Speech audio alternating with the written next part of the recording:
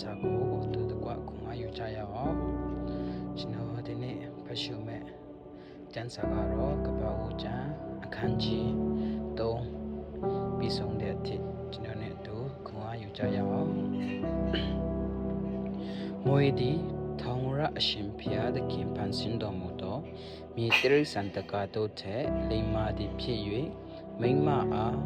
တင်တို့သည်ဥယျာဉ်၌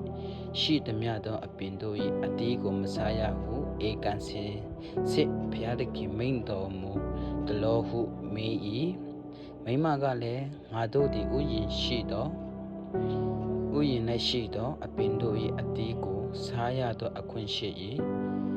ဥယျာဉ်အလယ်၌ရှိသောအပင်၏အတီးကိုကတင်တို့မကင်မစားဘဲနေကြလောတို့မဟုတ်တေမီဟုဘုရားသခင်အမိန့်တော်ရှိသည်ဟုမွေအားဆို၏မွေကလည်းတင်တို့သည်ဧကန်အမှန်တရားမည်မဟုတ်အကြောင်းမူကားထိုအတီးကိုစားသောနေ့၌တင်တို့သည်မျက်စိပွင့်လင်းလျက်ကောင်းမကောင်းကိုသိ၍ဘုရားသခင်ကဲ့သို့ဖြစ်ကြလက်တဲ့တီကိုဘုရားသခင်တည်တော်မူသည်ဟုမိမအားဆို၏ထိုအပင်သည်စားဖွယ်ကောင်းခြင်းအစင်းလဲလခြင်းပညာတိုးပွားစေလိုသောငါနိတ္တဖွယ်သောအပင်ဖြစ်ခြင်းကိုမိမသည်မြင်လျင်အတီးကိုယူ၍စား၏မိမိခင်ဖွန်းအားလည်းပေး၍သူသည်လည်းစား၏ထိုသူနှစ်ယောက်တို့သည်မျက်စိပွင့်လင်း၍မိမိတို့၌အဝတ်အခြေစီရှိသည်ကိုသိမြင်လျင်မိမိတို့ဝိယံဘုတင်ဘောတဖန်ပင်အရွက်တို့ကိုချုပ်ဆက်၍ခါစီကိုလှုပ်ကြ၏နေဧသောအချိန်တွင်ထိုဝိယံ၌ထောင်ရအရှင်ဖျားခင်ကြွတော်မူသောအတန်ကိုလူလင်မယားတို့သည်ကြားလျင်အထံတော်မှလွတ်ခြင်းငါဥယျာဉ်အပင်တို့တွင်ပုံကွယ်လျက်နေကြ၏ထောင်ရအရှင်ဖျားခင်ကလည်းတင်းဒီအပေမရှိသည်ဟုလူကိုခေါ်တော်မူ၏လူကလည်းဥယျာဉ်၌ကိုတော်၏အတန်ကိုကျွန်တော်ကြားလျင်အိုအခြေစီရှိသောကြောက်၍ပုံလျက်နေပါ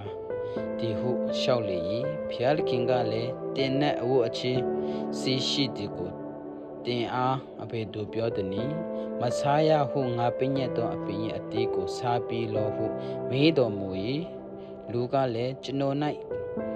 အပေးတော်မူသောမိမသည်ထိုအပင်၏အတီးကိုပေး၍ကျွန်တော်စားမိပါသည်ဟုလျှောက်လေ၏ထောင်ရအရှင်ဖျားခင်ကလည်းတင်ဒီအပေတို့ပြုပြီးဒီနေ့ဟုမိမအားမေးတော်မူလေမိမကမွေသည်ကျွန်တော်မကိုလေးစား၍ကျွန်တော်မသည်စားမိပါပြီဟုလျှောက်လေ၏ထောင်ရဖျားအရှင်ဖျားသည်